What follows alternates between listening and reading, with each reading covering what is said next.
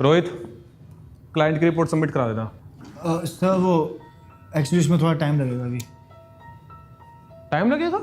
हाँ थोड़ा सा बचा हुआ था तो मैं बस वही कर रहा था। अरे भाई, डेडलाइन तो कल की थी ना।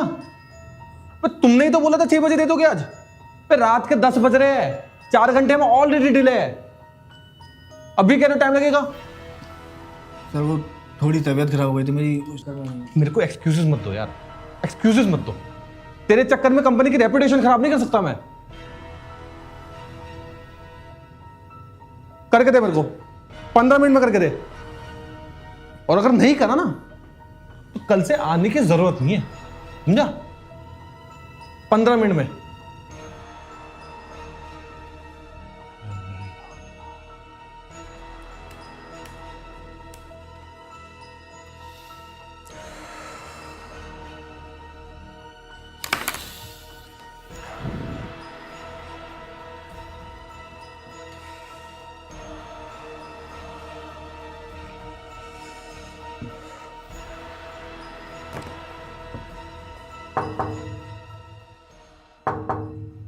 हाँ जी। सर वो कुछ बात करनी थी। आओ बैठो ना। सर मुझे ना अभी एक क्लाइंट रिपोर्ट सबमिट करनी थी। हाँ, अजय ने बताया था मुझे। हाँ तो वो ना मैंने सबमिट कर दी थी। ओके। हाँ और मैं ना, मुझे रिजाइन देना है। What? But you are one of our best employ, तो क्या हुआ?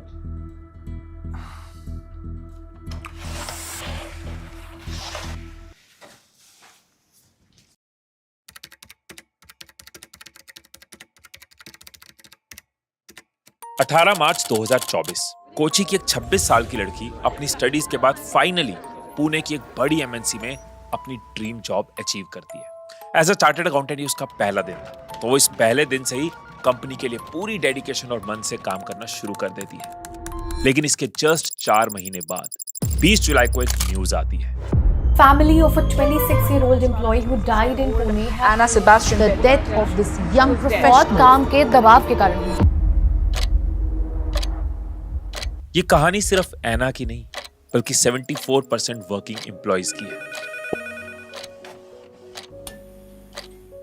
उन एम्प्लॉइज की जो सालों की स्टडीज, लाखों के साथ कंपटीशन और पता नहीं कितनी रिजेक्शंस के बाद यहां तक पहुंचती है। एक एक्साइटमेंट के साथ कि अपना लाइफ बेटर होगी, अब नया रूटीन होगा, प्रोफेशनल अटायर होगा, नए दोस्त बनेंगे, सैलरी आएगी और मस्त लाइफ।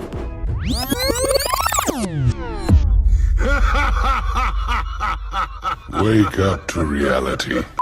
लेकिन टाइम के साथ ऑफिस के पहले दिन की एक्साइटमेंट बदलती है टाइम से पहुंचने की हड़बड़ी में। नए दोस्तों की गॉसिप्स बदलती हैं ऑफिस पॉलिटिक्स में। प्रोफेशनल कल्चर बाउंड्रीज लगने लगती हैं और डेली रूटीन कॉपी पेस्ट वाली बेमतलब सी लाइफ। हमें धीरे धीरे ये समझ आता है कि ऑफिस का प्रेशर एग्जाम प्रेशर से भी ज्यादा है। क्लाइंट की रिस्पॉन्सिबिलिटी मार्क्स की रिस्पॉन्सिबिलिटी से बहुत ऊपर है। बॉस के ऑर्डर्स टीचर्स के रूल से कई ज्यादा कीमती हैं। बट सर मैं अभी घर पहुंचा हूँ, रात भर सोया भी नहीं sir. Come to office right now and do it. और स्कूल का सिलेबस इन टारगेट्स के आगे कुछ भी नहीं। और यही रीजन बनता है कि 9 घंटे की शिफ्ट 11 घंटे में निपटाने के बाद लाइफ जीने के लिए ना तो टाइम बचता है और ना ही एनर्जी बचता है। तो सिर्फ डूम स्क्रॉलिंग, बिंज वॉचिंग, किसी एक से कॉलिंग और सोने से पहले एक ख्याल कि यार अब ये नहीं हो पा रहा। और इसी कंडीशन को कहते हैं the state of mental burnout. Internet पे ऐसे हजारों आर्टिकल्स और सर्वेज हैं जो पुअर वर्क लाइफ बैलेंस और मेंटल बर्नआउट की बात करते हैं। लेकिन जब इससे बचने की बात आती है तो 73% जेनजी और 70% मिलेनियल्स जॉब और करियर स्विच करने का ऑप्शन ढूंढना शुरू कर देते हैं। और यही सेम किया रोहित ने। I respect your decision Rohit, पर मुझे जानना है कि इस डिसीजन के पीछे मेन रीजन क्या है। सर इसका एक रीज़न नहीं है, मेरे पास इसके 3 रीजन्स हैं। और सर सबसे पहला रीज़न है कि सर मुझे लगता है कि मैं कितना भी काम करूं वो कभी ख़त्म ही नहीं होता है। बाकी सबकी तरह सर मैंने भी जॉब शुरू की थी लाइफ में ग्रोथ लाने के लिए, लाइफ में सक्सेस लाने के लिए। पर अब लगता है कि मेरी लाइफ में अगर कुछ आया है तो सिर्फ काम का प्रेशर, काम की टेंशन, काम ना पूरा हो पाने का डर, KPI टारगेट मीटिंग्स। और सर मैं ना बस एक इंसान हूँ, AI नहीं।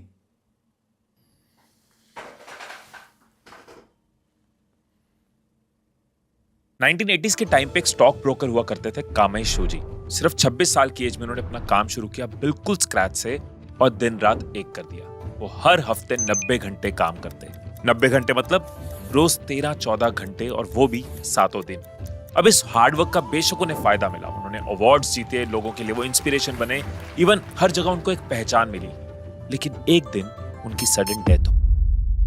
ना एक्सीडेंट हुआ ना कोई बीमारी, रीजन बना सिर्फ ओवरवर्क। यानी शूजी का हार्डवर्क कब ओवरवर्क में बदल गया उनको खुद ही पता नहीं चला। और जापान में इसको कहते हैं कारोशी, मतलब डेथ बाय ओवरवर्क।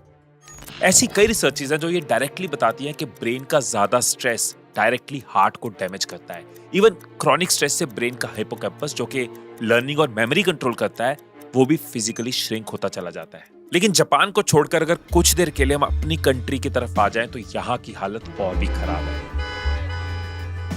2023 की मैकेंजी की रिपोर्ट के अकॉर्डिंग इंडिया में ग्लोबल लेवल पर बर्नआउट के केसेस सबसे ज्यादा देखे गए हैं। इनफैक्ट ओवरवर्क की लिस्ट में ना हम दुनिया में सेकंड नंबर पर आते हैं। और अगर मैं 2016 की WHO की रिपोर्ट की बात करूं तो उसके अकॉर्डिंग उस एक साल में ओवरवर्क की वजह से ग्लोबली 7.5 लाख लोगों की डेथ हो गई थी। सोचो जब 2016 में ये कंडीशन थी तो कोविड के बाद जब हमने वर्क फ्रॉम होम पॉलिसी शुरू कर दी तब क्या हुआ होगा, जब इनडायरेक्टली काम ऑफिस से बाहर आकर हमारे घर तक पहुंच गया। कई स्टैट्स और फिगर्स बताते हैं कि घर से काम करने पर एम्प्लॉयज की प्रोडक्टिविटी और ज्यादा बढ़ी। लेकिन जहां पहले ऑफिस की 9 घंटे की शिफ्ट एक्सटेंड होकर 11 घंटे होती थी, वहीं अब घर पे काम करने की वजह से इसकी तो कोई काउंटिंग ही नहीं बची। अगर आप 6 दिन वर्किंग हो और 10 घंटे काम करते हो मतलब आप हफ्ते में 60 घंटे तक काम करते हो। और स्टैनफोर्ड रिसर्च कहती है कि जब वर्क वीक 50 घंटे से ज्यादा का होता है तो हमारी प्रोडक्टिविटी धीरे धीरे घटने लगती है, फैटीग और एरर्स बढ़ने लग जाते हैं। अब एक बार के लिए जापान में वापस जाते हैं तो जापान गवर्नमेंट ना बहुत हद तक कारोशी के केसेस को एक्सेप्ट कर रही है। उन्होंने 2014 में ऑफिशियली इस पे एक्ट बनाया। उसके बाद प्रीमियम फ्राइडेज मतलब मंथ के लास्ट फ्राइडे पर कोई भी एम्प्लॉय ऑफिस से जल्दी निकल सकता है बिना किसी रोक टोक के। 2019 का वर्क स्टाइल रिफॉर्म एक्ट जिसमें हर हफ्ते के ओवर टाइम को 45 आवर्स तक लिमिट कर दिया गया।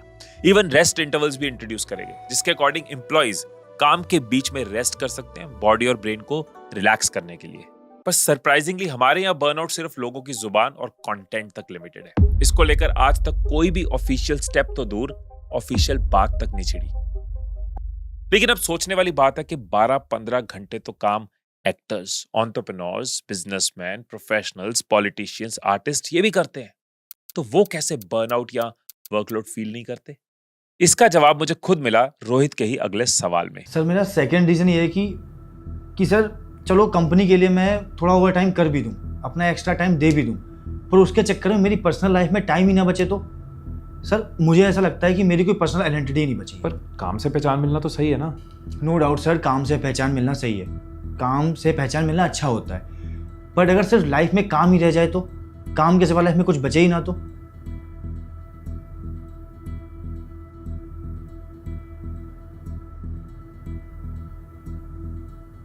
सोचो कि आप किसी मार्केट में हो, पीछे से कोई आपके कंधे पे हाथ रखता है, आप पलटते हो और जैसे ही पीछे देखते हो तो पीछे वो दोस्त खड़ा है जिसे मिले आपको 10 साल हो चुके हैं, जिसके साथ आपने स्कूल में बहुत मस्ती की थी। तो अब क्या लगता है उसका पहला सवाल क्या होगा?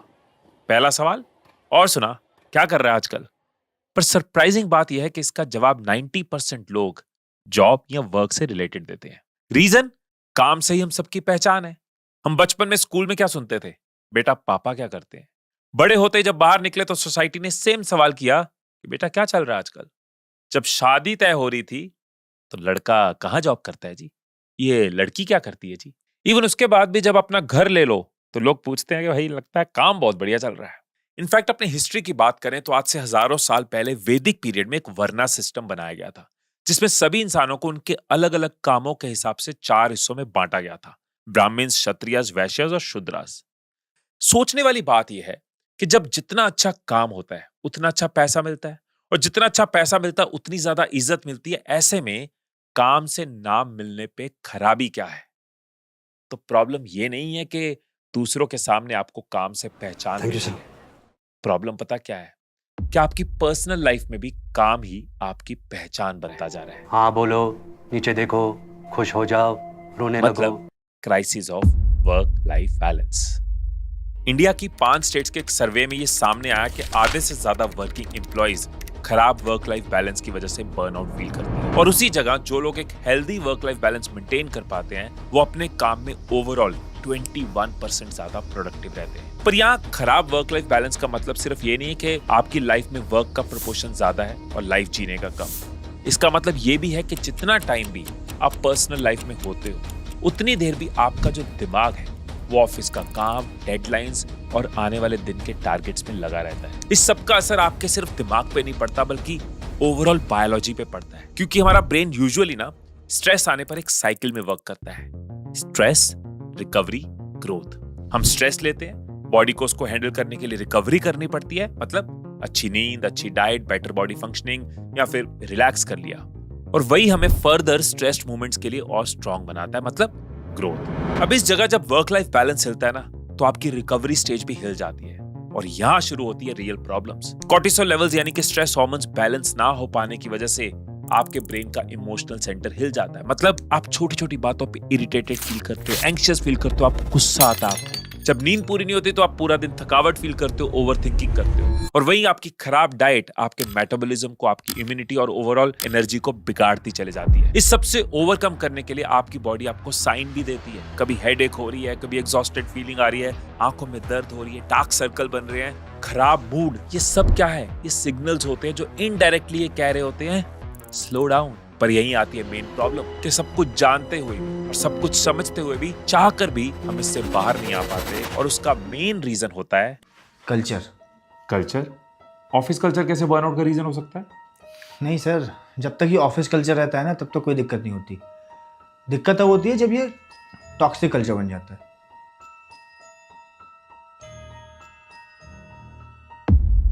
एक बार ये क्लिप्स देखो। और कल से रोज आएगा, गुड मॉर्निंग बोल के जाएगा ऑफिस से। गुड मॉर्निंग बोल के रोज जाएगा। गुड मॉर्निंग ही जिसको नहीं समझ में आ रहा शाम को आना ऑफिस, वो नहीं आएगा अगले दिन से। या आज मैं लास्ट बार बोलने आ रहा हूँ सुबह, अगर आज शाम को मेरे को जिस बंदे का नंबर नहीं हुआ, वो नहीं दिखा, मैं नहीं रखूंगा सिस्टम में कल से उसको। मेरे को ये सब नहीं पता है, मेरे को ये बताओ रेवेन्यू कितना हुआ है। सर रेवेन्यू नहीं हो रहा है तो रिजाइन कर दो।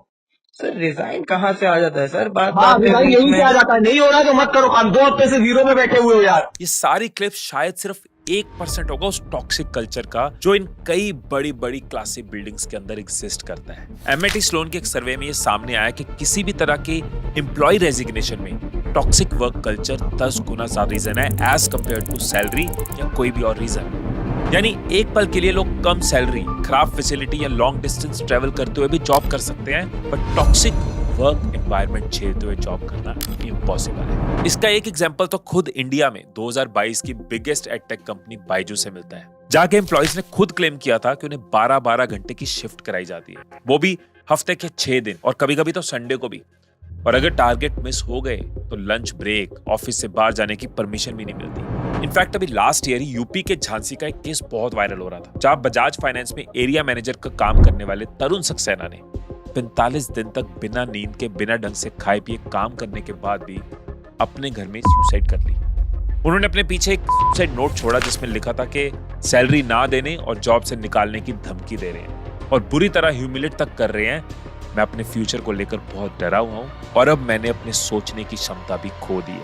ऐसा कोई 1 या 2 नहीं बल्कि हजारों लोग होंगे जो अभी भी किसी ना किसी कंपनी में पैसों की वजह से या परिवार की मजबूरी की वजह से ह्यूमिलेशन झेल रहे होंगे। और जैसा रोहित ने कहा ना कि प्रॉब्लम तब होती है जब ऑफिस कल्चर टॉक्सिक कल्चर में कन्वर्ट हो जाता है। वो काम ना तेरा एवरेज है, यानी वो टाइम जब बॉस की आवाज फीडबैक से ज्यादा फियर देने लग जाती है। Sorry sir.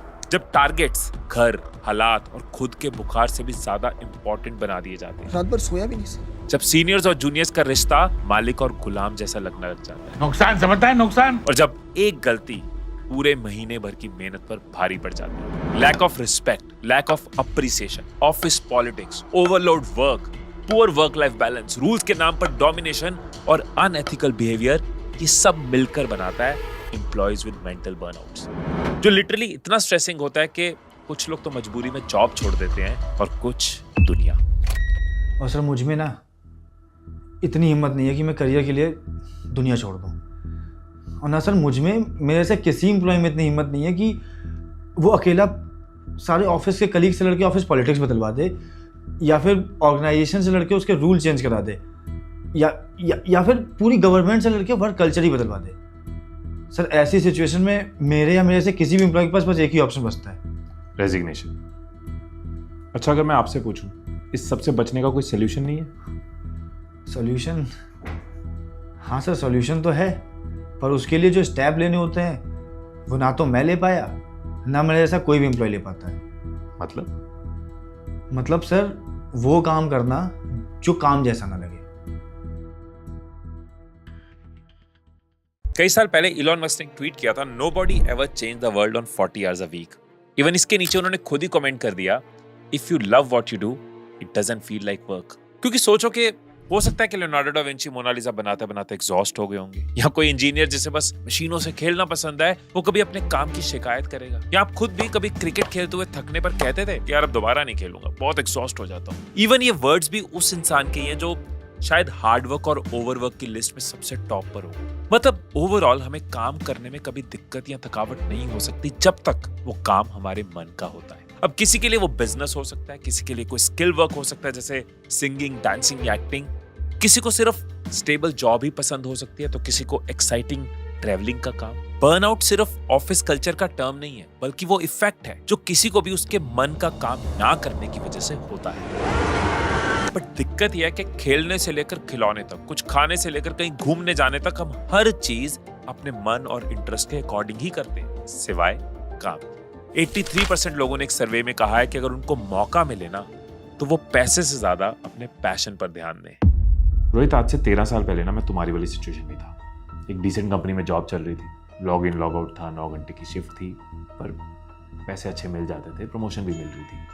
पर फिर वही रियलाइज हुआ जो इन 83% लोगों को हुआ कि यार वो काम करो जो काम जैसा ना लगे। मतलब